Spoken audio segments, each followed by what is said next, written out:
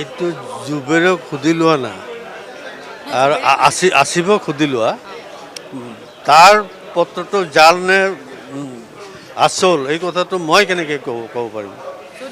কাৰণ এইটোতো আমাৰ অফিচিয়েলি কোনো চিঠি পত্ৰ দিয়া নাই আমাৰ নলেজত নাই সেইটো মই একচুৱেলি তেওঁক সোধাও নাই আপোনালোকৰ মিডিয়াৰ জৰিয়তে গম পাইছোঁ যে তেওঁ এখন পত্ৰ লিখিছে কিন্তু তেওঁৰ ব্যক্তিগত পত্ৰ লিখিব পাৰে তাত আমি ইণ্টাৰফেয়াৰ কৰিবলগীয়া একো নাই কিন্তু মই ভাবিছিলোঁ তেওঁক সুধিম মই কিন্তু এতিয়ালৈকে সোধা নাই মই সুধিম এইটো জুবেৰক সুধি লোৱা না আৰু আসিফক সুধি লোৱা তাৰ পত্ৰটো জাল নে আচল এই কথাটো মই কেনেকৈ ক'ব পাৰিম